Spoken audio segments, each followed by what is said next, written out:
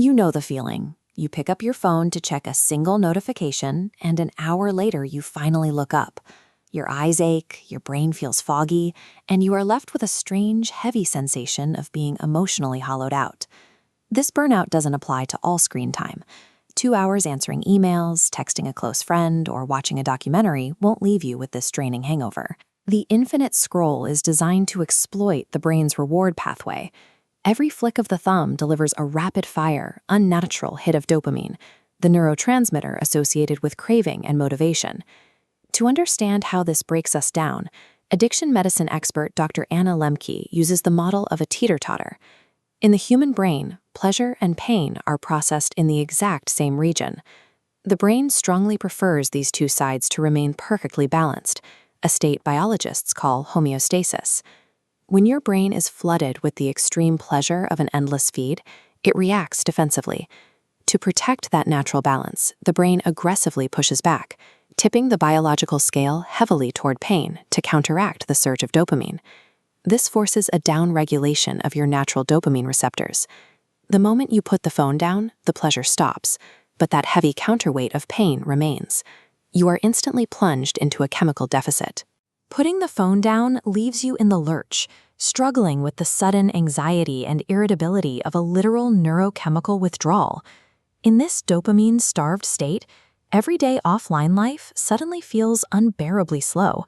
A conversation, a book, or a quiet room simply cannot provide enough stimulation to satisfy a brain demanding its next digital hit. Psychologists refer to this cognitive fragmentation as popcorn brain.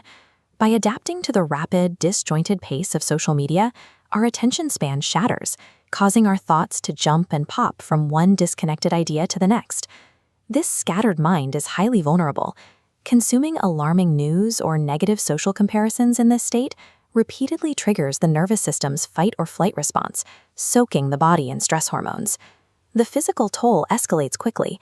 The blue light and stress hormones suppress melatonin production, ruining the natural sleep-wake cycle. Poor sleep breeds daytime fatigue, which directly fuels an inability to start or finish basic tasks.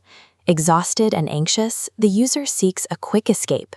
They reach for the phone again, using the infinite scroll to soothe the exact physical and mental distress that the scroll originally created. When you multiply this individual biological cycle across millions of people, you get a society-wide crisis. We see the sharpest edge of this among the most digitally connected demographic, university students and young adults. This dual-line graph tracks digital connectivity against social fulfillment. It reveals a striking inverse relationship. As online activity surges, real-world social fulfillment plummets, resulting in nearly half of all university students now screening positive for severe loneliness. Digital interaction fails to satisfy us because it lacks depth. Emoji reactions, curated posts, and brief comments deliver short-term dopamine hits, but they require zero vulnerability. In 1943, psychologist Abraham Maslow mapped out the hierarchy of human needs, proving that love and belonging are basic requirements for survival. Genuine connection demands physical presence, shared experiences, and the subtle, nonverbal cues of face-to-face conversation. We have traded the deep nourishment of authentic relationship for performative interaction. The result is an entire generation that is physically present, hyper-connected to the entire globe, and profoundly alone. Our modern environment has drugified information and human interaction. By engineering everything for maximum engagement, our baseline dopamine levels are left chronically depleted. Resetting the teeter-totter requires an intentional intervention. Clinical experts often recommend a 30-day dopamine fast, a complete break from the infinite scroll, to give down-regulated receptors the time and space they need to heal. This relies on a biological concept called hormesis. Hormesis is the process where mild, controlled exposure to discomfort actually builds resilience, naturally upregulating healthy dopamine production in the brain. You practice hormesis every time you lean into the friction of the physical world.